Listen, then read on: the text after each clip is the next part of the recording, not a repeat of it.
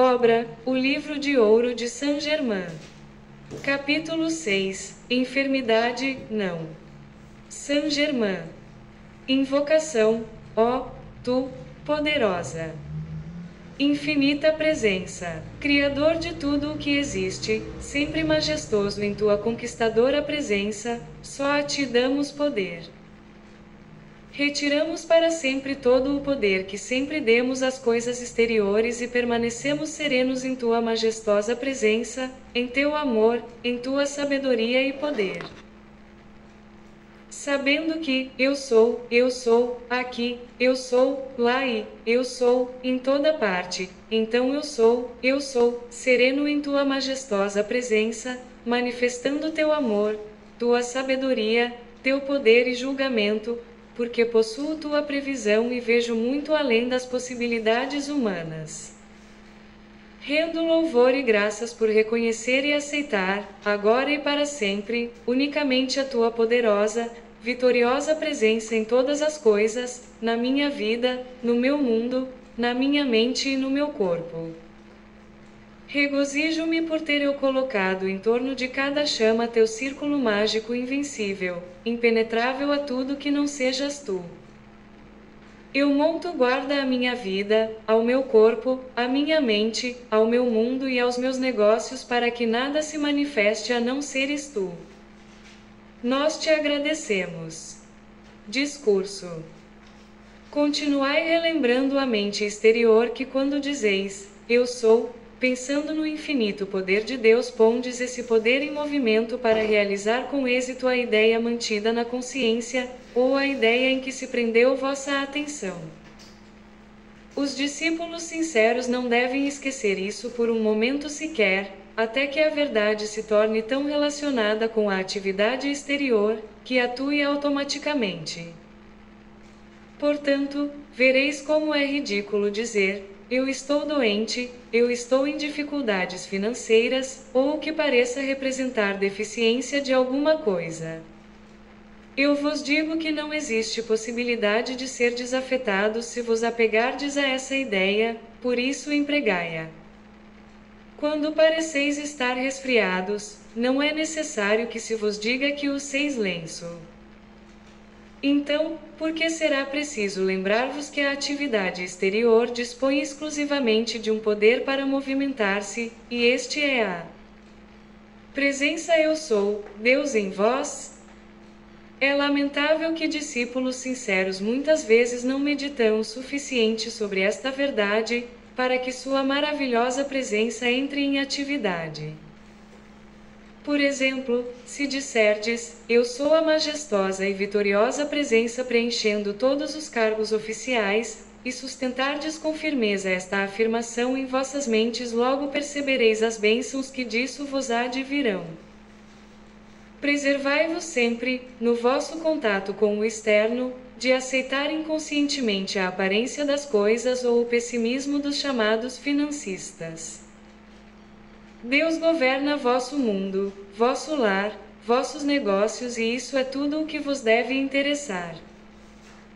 Nunca penseis que seja apenas vossa imaginação, quando percebeis e sentis que se aproxima a plena manifestação desta poderosa presença individualizada. Alegrai-vos. Acreditai na poderosa presença que conserva em seu abraço tudo no mundo que possais desejar ou usar. Não sois dependentes das coisas exteriores. Penetrando alegremente nesse imenso poder e presença que tudo contém, não vedes que seríeis sempre providos, mesmo que todo suprimento fosse cortado? Quero que sintais e que aceiteis prazerosamente, com todo o vosso ser, que o poder de precipitação não é um mito, é real. Aqueles que penetrarem profundamente nesse sentimento terão a precipitação de tudo o que desejam. Crianças têm sido castigadas por verem seres angélicos e por manifestarem percepção interior. Os pais é que mereciam ser castigados, por ousarem interferir no dom divino da liberdade da criança. Se os adultos vivessem mais nesta percepção consciente e na aceitação dessas poderosas e grandes presenças, de cuja real existência a maior parte da humanidade duvida, sentiriam sua presença e sua edificante, sustentadora inteligência. Meus queridos discípulos, se repentinamente sentimos faltar-nos coragem ou força, eu sou agindo e suprindo instantaneamente essa falta.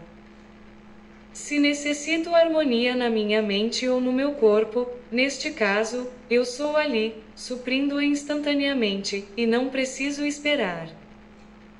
Não penseis no mundo ou nos indivíduos que não compreendem essas coisas.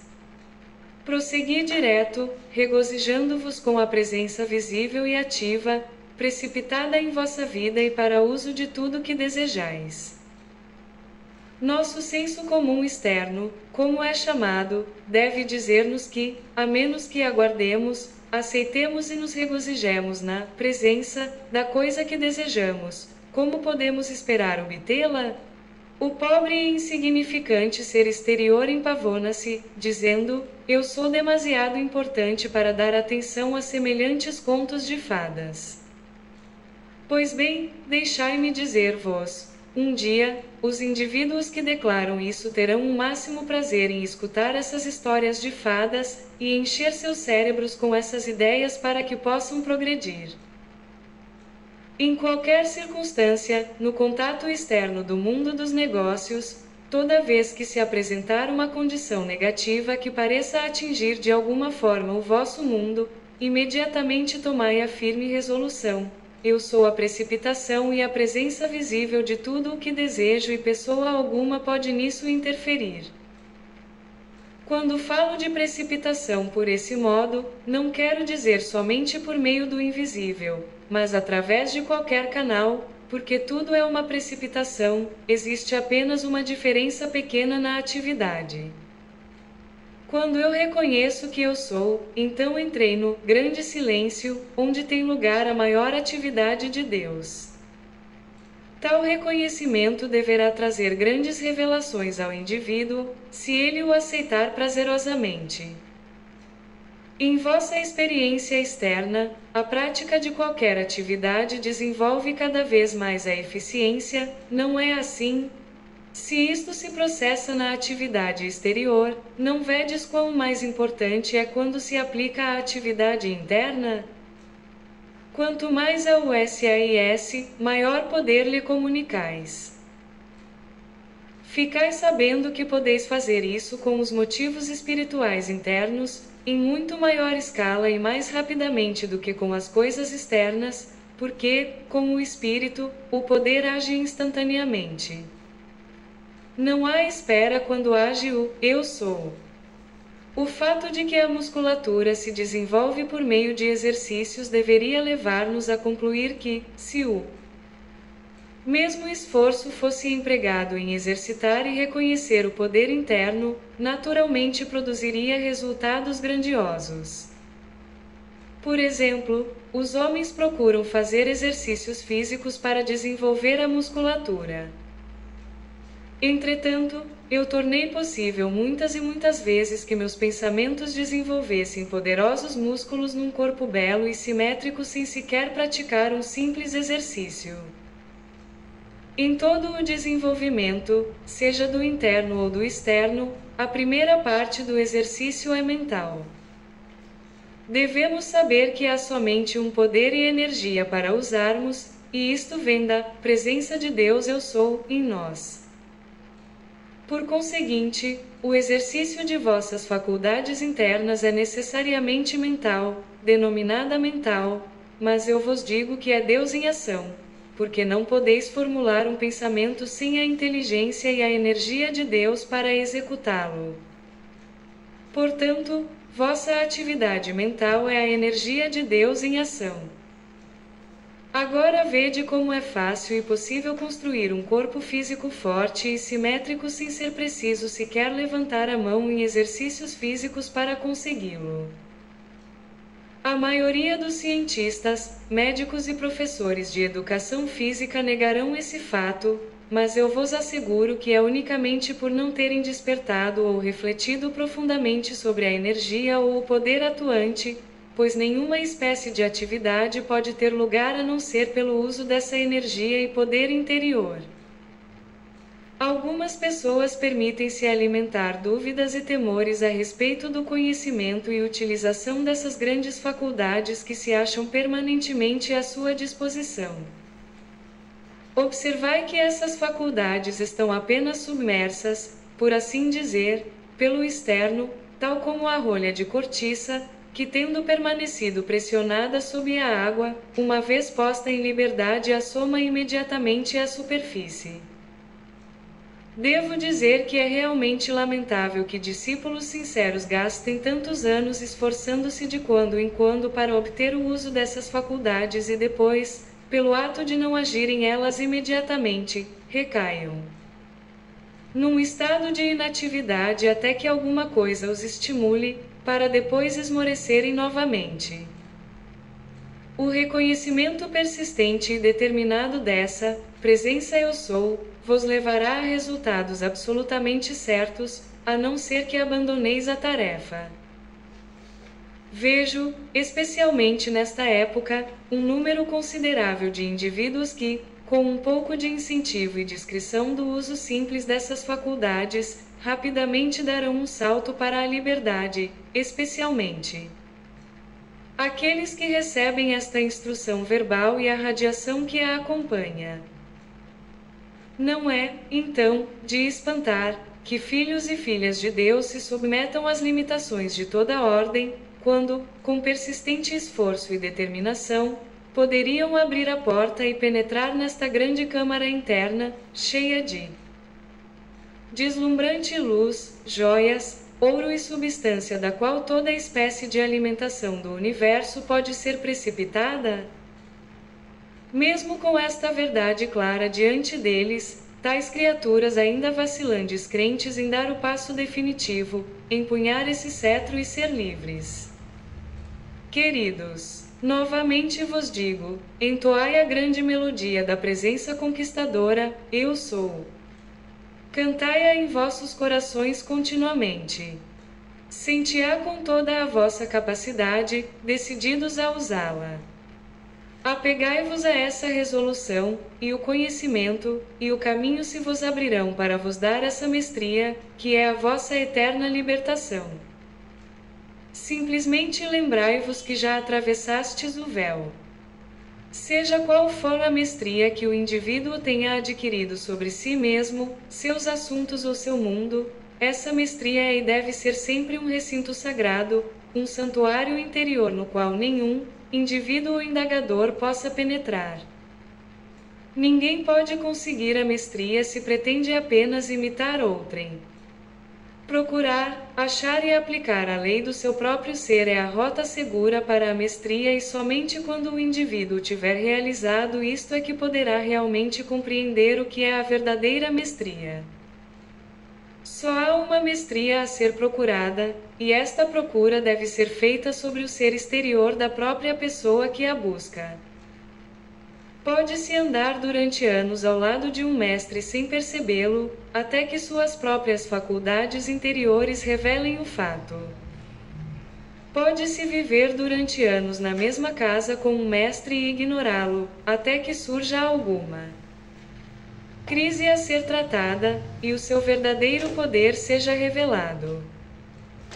Para um mestre, debater ou expor suas próprias realizações de mestria seria dissipar suas forças, e isso não deve ser feito jamais. Se um discípulo for bastante afortunado em desfrutar de uma bela experiência e se puser depois a comentá-la com terceiros, geralmente haverá tanta dúvida na mente dos ouvintes lançada sobre ele que logo começará a duvidar de si mesmo. É verdadeiramente estranho o poder convincente que podem ter os argumentos de uma outra pessoa. Se um discípulo escuta os argumentos de quem quer que seja, por que não fazer ao menos mesmo com o seu Deus individual e ouvir o respeito de seu poder e bem, expressos pela experiência interior? Desde o momento em que começa a entrar a dúvida, mais dúvida se precipita. O mesmo ocorre com o eu sou. Quanto mais atenção aplicais sobre ele, mais ele se precipita. Onde a atenção consciente se fixar, lá precipitar-se a energia. Queridos, quando desejais a revelação de alguma coisa ou quando desejais ser inspirados de alguma forma, dizendo, eu sou, lançais em movimento este poder que tem inerente, dentro de si, todas essas faculdades. Ele encerra toda a substância e deve tomar a forma sobre a qual esteja fixada a atenção da mente. O eu sou é a mente insondável de Deus. No esforço por conseguir compreender, o estudante comum está apenas contatando a memória do passado, ao invés de entrar no coração de Deus e extrair aquilo que ainda não foi revelado. Os discípulos muitas vezes não compreendem que tem havido muitas civilizações de imensas realizações que são totalmente desconhecidas hoje em dia. A Atlântida, a Lemúria ou a Terra de Mu são apenas fragmentos das grandes civilizações que já existiram. Para efetuar coisas fora do comum, os discípulos que desejam consegui-las devem tomar a firme determinação: eu sou o coração de Deus, e eu agora crio ideias e realizações que nunca antes foram produzidas. Considerai somente, eu sou aquilo que desejo criar. A presença eu sou é o coração de Deus. Entrais imediatamente no grande silêncio, no momento em que dizeis, eu sou. Se reconheceis que sois o eu sou, então aquilo que declarais se manifesta naquele momento. Crer é ter fé em que uma coisa é verdade. Há uma entrosagem entre crença e fé. No começo, uma coisa é crença, mas, se mantida, ela se transforma em fé. Se não acreditais que uma coisa é verdade, não podeis trazê-la à manifestação. Se não acreditais em eu sou tal coisa, como pode ela manifestar-se?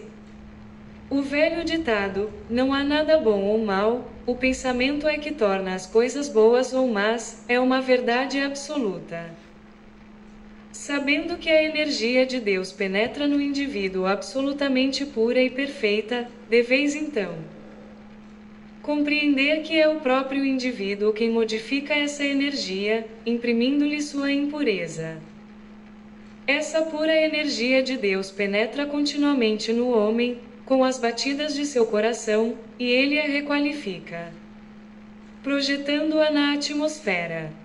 Este é seu privilégio como Criador, à imagem e semelhança do Pai. Todos estão qualificando constantemente esta energia que jorra sem cessar. Cada qual está continuamente transmitindo a ela sua cor, através de sua própria consciência.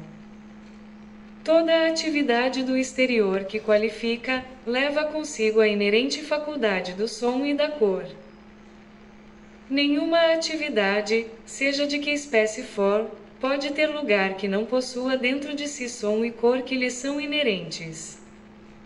A perfeição de Deus não tem, por natureza, nenhuma descoloração internamente. É no interior da faculdade externa, que dá qualidade às coisas, que tem lugar a descoloração. Todo discípulo deve assumir a responsabilidade de sua própria atividade, ao qualificar a energia que emite. A mente não pode atuar sobre coisa alguma que não possua em si mesma inteligência inerente. Seja o que for que fizerdes, não leveis em consideração o elemento tempo, no sentido humano, mas iniciai vossas obras com alegria e perseverai até que elas se manifestem. Se vos apoiardes firmemente na poderosa presença de Deus em ação, entrareis na plenitude e perfeição de tudo, à vossa disposição para uso imediato. Toda conquista permanente deve ter lugar mediante o esforço autoconsciente do indivíduo. Pergunta: que é mágoa? Resposta: é simplesmente a concordância com a imperfeição. Jamais vos deixeis invadir pela mágoa humana. Cuidai para que ela não vos arraste pela areia movediça adentro, quando podeis usar asas para vos elevardes acima de tudo que é destrutivo. Não julgueis, mas continuai a penetrar alegremente na presença eu sou, e todas as coisas se manifestarão perfeitamente. Para qualquer condição deficiente, especialmente velhice, usai, eu sou a perfeição desse indivíduo. Assim tereis posto Deus em ação dentro dele. Seja o que for que disserem no mundo exterior, não vos deixeis afetar, pois estáis vos encaminhando para essa perfeição e deveis manifestá-la conscientemente. Se não tiverdes cuidado, podeis, num momento, deixar entrar uma expressão que poderá seguir-vos durante anos, se não a suprimirdes. Quando o sais conscientemente a grande lei, sabei que o ativo poder do pensamento de Deus conhece perfeitamente seu rumo, vai e atua com perfeição. Conscientemente, encarregai a inteligência eu sou, de usar tudo o que for necessário. Dizei, inteligência, eu sou, qualifica isto com tudo o que for necessário. Eu tive um discípulo que de tal forma qualificou o círculo eletrônico ao seu redor com o poder de curar, que era chamado sombra curativa. Não era evidentemente a sombra que curava, mas no momento em que as pessoas contatavam seu círculo eletrônico, eram curadas instantaneamente. Pergunta: compreendendo Deus como amor, por que foi que Deus se individualizou? Resposta: para ter algo que amar. Pergunta: por que foram divididos os raios? Resposta: a fim de expressar amor. Amor é o princípio ativo de Deus. Quando amais, envolveis o objeto de vosso amor com este manto de Deus, nesta radiante presença. Jamais critiqueis. Procurai sempre expressar compreensão todas as vezes que pareça haver uma errônea atividade sexual, e erguei a consciência do indivíduo focalizando a atenção num ideal elevado de qualquer espécie, a fim de controlar o pensamento, de modo que a atividade sexual possa ser submetida ao controle consciente do indivíduo, mediante o emprego de sua própria vontade. O uso correto e puro do sexo é para a expansão e expressão do amor na procriação de uma forma, de modo que a alma que está por vir possa ter um caráter e temperamento harmoniosos e amorosos. O pensamento e o sentimento dos pais são a atividade que influencia e molda. A natureza do princípio de vida do indivíduo é para amar. Capítulo 6. Enfermidade, não. Obrigado por acompanharem a leitura de mais este texto da obra O Livro de Ouro de Saint-Germain. Atenciosamente. G. Póvoas e Pedro Póvoas.